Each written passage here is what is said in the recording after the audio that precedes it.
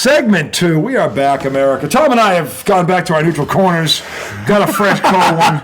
Shaking I had to get a little Vaseline on this eye. Yeah, a little, Had a little split. A little split. He caught me right here. I got it's one nothing. here. I mean, it's nothing that's going to stop the fight. No.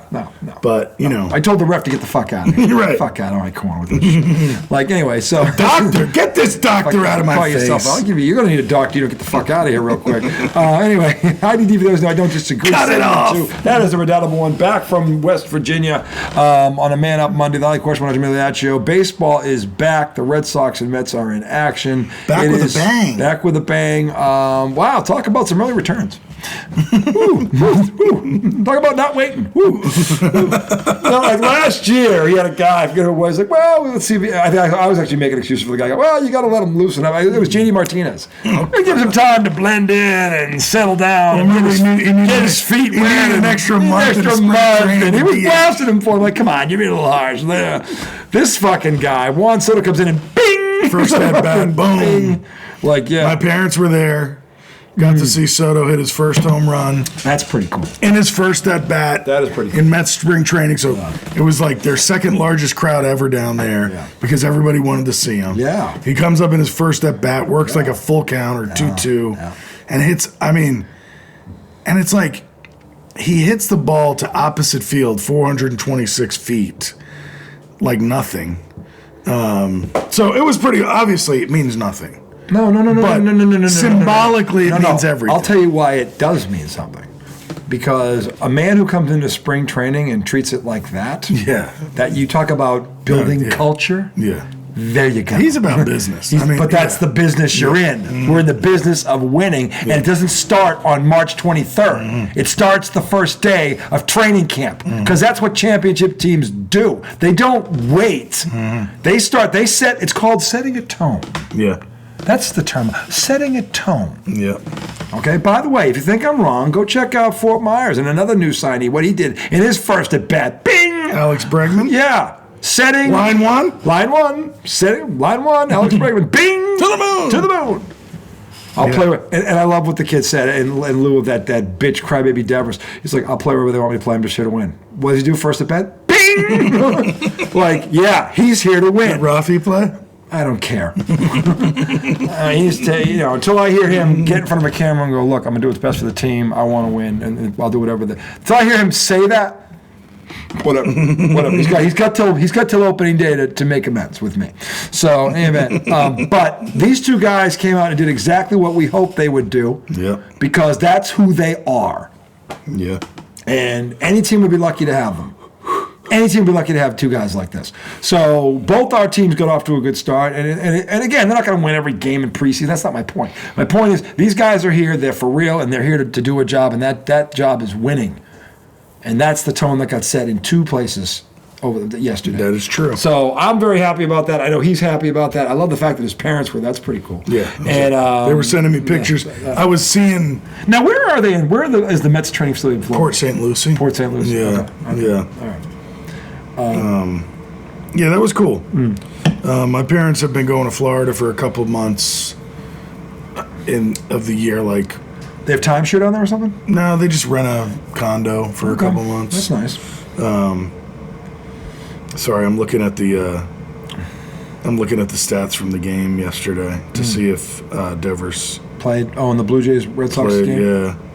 Oh, there was no pitching. It was like 8-7. A lot of times they'll just start. They're starting guys. They're eating up innings and trying to get. Yeah, I know what they're doing. Yeah, Devers didn't play. Yeah, fill out the bullpen. No, he's still sucking his stomach. Oh no, though Crochet I think pitched though. How long? I think he looked good. Let me see. Red Sox. Garrett Crochet pitched 1.2, 3 hits, 1 walk, 4 strikeouts. 3 hits. Struck out 4. Well, it's a tune-up game. The Jays have a good offense. No one's going to accuse Toronto of not being able to hit that way. So no, that's not bad. So the only crappy part about Metsville right now is that Sean Manaea, who is probably going to be their number 1 this year, he won't has start. A lat strain. Right? Yeah. So he's probably going to be out The lat for a pitcher sucks. It's the side. It's the muscle on your side. Is it on the side where he throws? I don't know. I mean, I would think it is because you're not going to pull the other one. I saw that. So, basically, he's got to shut himself down. And if it takes 1 week, 2 weeks, 3 weeks, 4 weeks, then he's got to stretch himself out like spring training normally does. So, I don't know. Maybe he'll miss 6 weeks of the year. Yeah. But, it's not the end of the world. No, it's early. It goes back mid-May. Mets have pitching depth. It's not great, but they have, they signed multiple starters, but they also had Frankie Montas, who was probably like their third or fourth starter, same injury. So two of their guys in the rotation are now down and are going to miss 6 to 8 weeks of the season, which hurts to start off.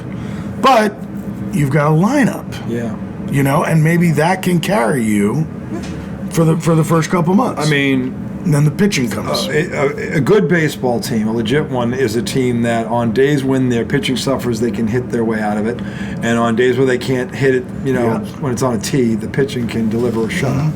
So if the Mets have to lean on this much improved lineup, Juan Soto for 6 weeks, they can do that. They have the luxury of doing that. So to his point, no, it's not a deal breaker at all. And they have young pitching, so maybe this allows them, maybe 3 weeks into the season, they say, all right, let's call up one of these young guys. Yeah. Give them some starts. This is the other thing about this. I'm glad you brought that up because I was thinking about this when I saw him come across the ticker. Mania was going to be out. I was thinking to myself before practice, because I saw it before I went to practice tonight. And I was like, I wonder if the Mets will bring up some pitching and try and get them some starts early to build some. Because look, throughout 162 games, he knows this better than me. It's a war of attrition, and guys get banged up, and you've got to be able to get reinforcements out of the bullpen or the minor leagues, or whatever, come up and give you spot starts and whatnot. The earlier you can get guys into that situation or pitching it, the better. And this could be a blessing in disguise for them because if you can develop that depth early when it's not going to kill you, it could save you later on. Yeah. So to me, it could be a blessing. And I mean, they have a couple young guys who are close. So maybe this is your chance to get them a few starts early, just to see what they have. They don't need to be your saviors. No. It's just creating that depth. So it's one of the things about the Dodgers is they're deep. They're talented and they're deep, and you've got to have depth to last or contend in a season that long. You have to have depth, and you've got to have pitching depth. So this, to me, could be a blessing for the Mets if they play it right, and I have a feeling that they will. Yeah. So that's how I would look at it, and I'm pretty sure that's how their manager is looking at it. So with the Red Sox, they got to find a closer. I would assume adding the 2 starters they did, I would be looking first at the 4 or 5 starters from last year. Can one of them be turned into a closer? Because to me, that's the easiest way to do it. If you don't have somebody in mind in the farm system or somebody that you can get. Because when someone said, and you know this, when they say closer by committee, it's like saying we have 2 quarterbacks. Is that what they said, closer by committee? They didn't say anything because Theo Epstein would never say that. He's smarter than that. But if you have a closer by committee, it means you don't have a closer. Yeah, that's tough. So to me, the obvious, from an average fan is, all right, you added 2 potential starters or 2 potential ones, basically, which means everybody bumps down 2 in the rotation. So your 4 or 5 starters now are in your bullpen anyway. So why not try and turn one of them into a closer? Not necessarily, though, because they might have lost. Let's look at their rotation. Let's see who they have. They could have lost somebody. I don't know. You know what I'm saying? Yeah. So you got Crochet, Tanner Houck, Lucas Giolito. He's a guy you guys signed last year and got hurt early. Yes. Do you remember that? It was like real quick. Yeah. He's actually a decent pitcher. He's 6'6", fucking big-ass dude. You still have Bello. And you still have your guys. So it's Crochet, Houck, Giolito, Bello, Bueller. Then you have Cutter Crawford. Yep. I don't know who Richard Fitz is, a.k.a. Dick Fitz. Cooper Criswell. Michael Fulmer actually was drafted by the Mets. I remember him. He had a lot of promise, but really hasn't done anything. So, I mean, they do have some starting pitching depth, but it's tough to get guys to go from starter to closer I mean, it happens. If they're the 5th starter, I don't know how tough it is. Well, you need your 5th starter. No, but now they're the 7th starter. True.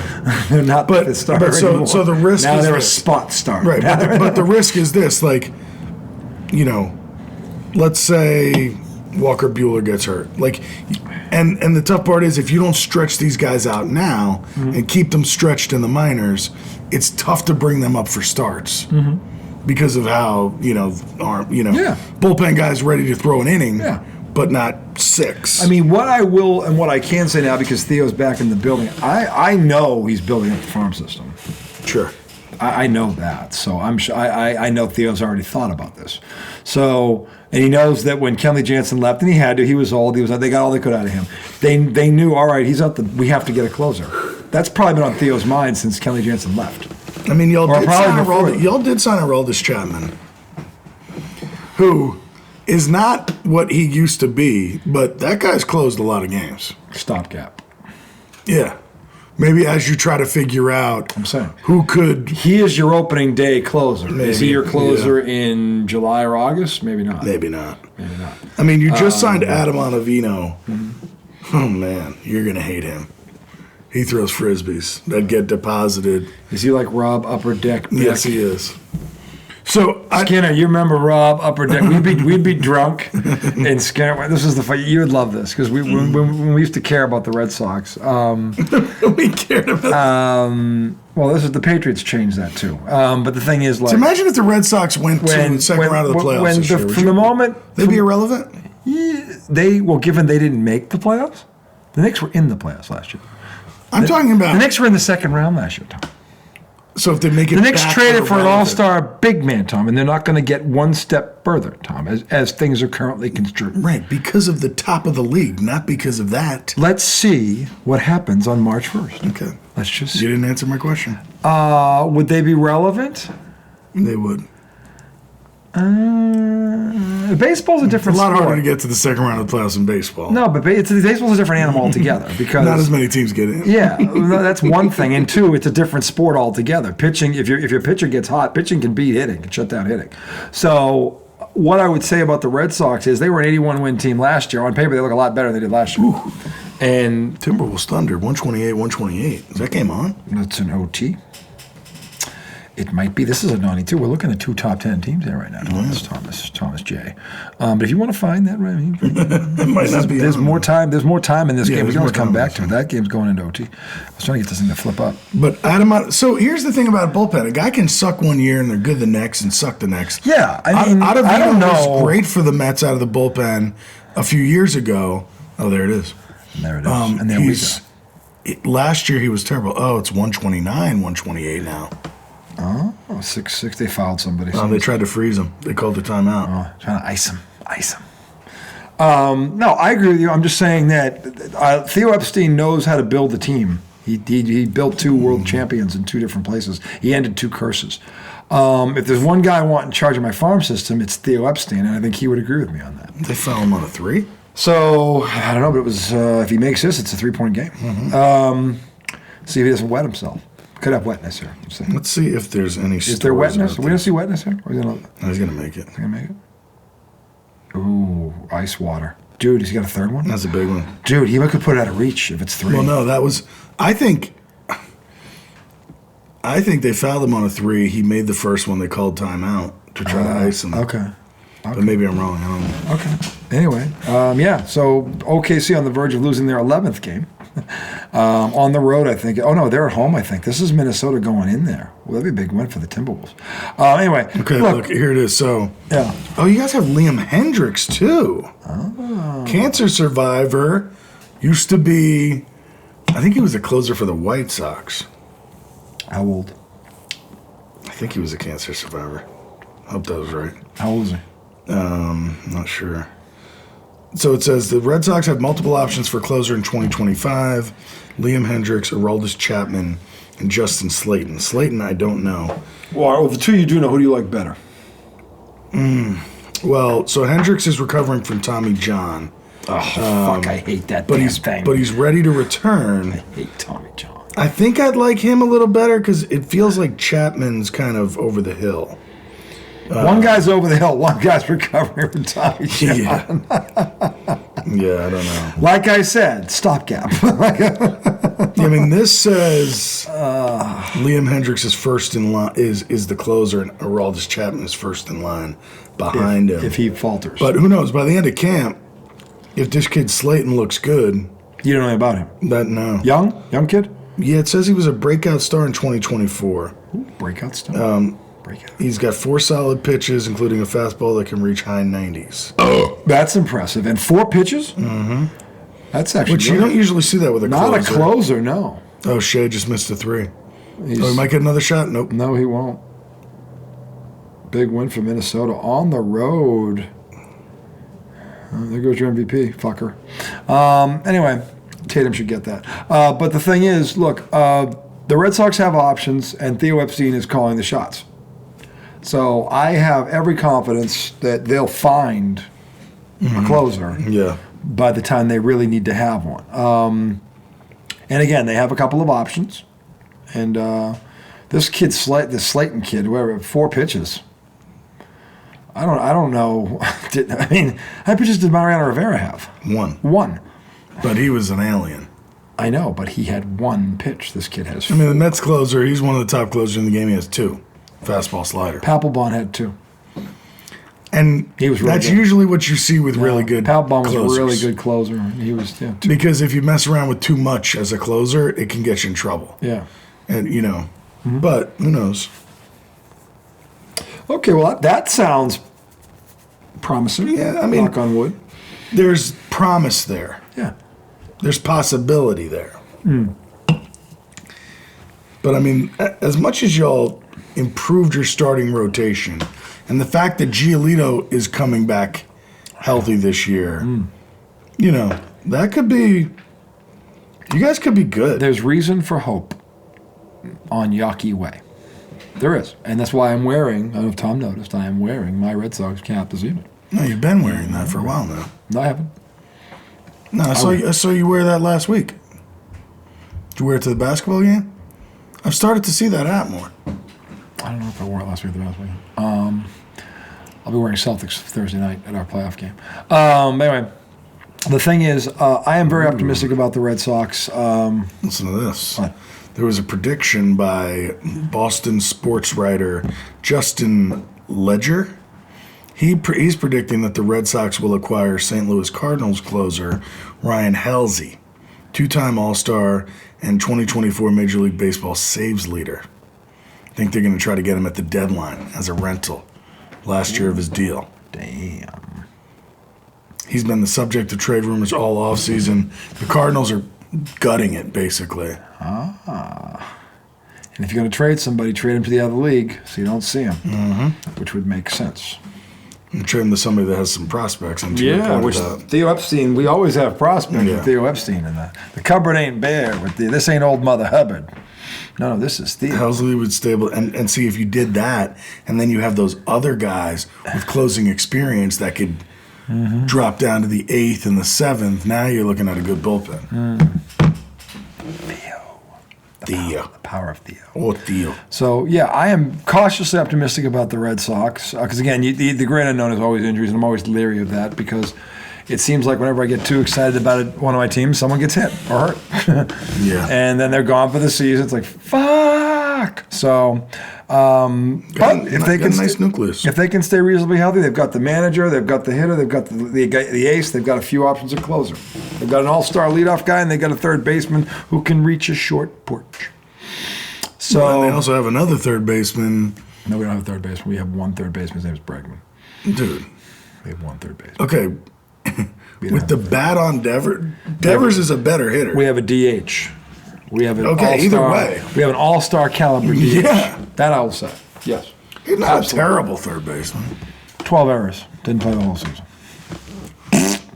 Let's see where he ranked. They were the infield was second worst in Major League Baseball. So he couldn't have been high. Defensive. Don't tell me he was the lone bright MLB spot. third base. I have a feeling that if he's the one they replaced, he wasn't the bright spot. Let's see.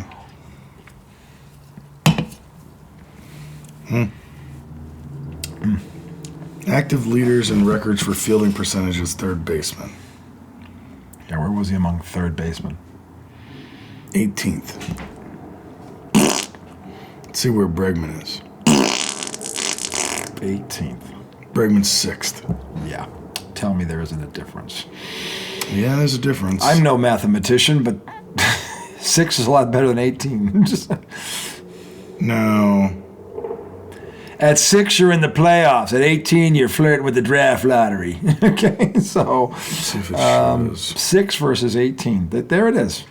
There it is. Yeah, it's a pretty simple one. It's a simple one. So, yeah, Devers is our DH, whether he likes it or not. And if he doesn't... Whether he likes it or not. He has no leg to stand on here. He's getting paid $330 million. Shut the fuck up and rake. It's just, and I know that Alex Cora will be nicer when he says that than I would be, but he will put it in a way that makes him go, look, understand something. If you put your foot in the ground on this, we can make your life a living hell. Because they can. They got him over a barrel. I mean, they can trade him wherever they want for whatever they want if someone wants to come up with a price tag good enough. And that'll be a shitbag team that's starting over. And does he want to do that versus a team that could be a contender this year if he just gets in line? Get in line, shut up. You can have a Hall of Fame career as a DH and win rings in the city that, oh yeah, revered. So. He's really not that much better offensively than Bregman. Not a whole lot. But if he just has to hit, though. I mean, last year Bregman hit 26 bombs, 260 average. Mm-hmm. Last year, Devers hit 28 bombs, 272 average. RBIs? I think Devers had 100. It doesn't show. I think he was close. He flirted with 100. He flirted with it. He flirted with it. I don't have a guy. He flirted with it. Let's see. They went out on a date. I don't know if they hooked up. So 87 runs scored. Who? Devers or 34 doubles, Devers. Yeah. That's a lot of doubles. The Washington Wizards have upset the Brooklyn Nets. Stop the presses. Upset? Yeah. The Nets are horrible. They were in the 10th spot. Really? What are they doing? I don't know. They need to tank. Well, I think they are now. Safe to say Like, what are you doing, you idiots? Miami lost to Atlanta. Speaking of teams that should tank. Oh, my God. Awful. Oh, God. Awful. That's funny. Just embarrassing. Anyway, that's going to do it for segment 2. So we have a segment 3? We do. It's going to be quick. What are we going to talk about? We're going to talk about the Combine this weekend. Guys that are not going to work out. Shador. Shador is one. Guess who the other one is? Hold on, let me think about it. Gentry. No. Yeah, the running back. Nope. Not him. I saw it. I'm not saying he's not, but he's not the one I'm focused on. Cam? The linebacker from Penn State, Carter. Abdul? He's not going to work out. Segment 3 coming right up. Oh, should he?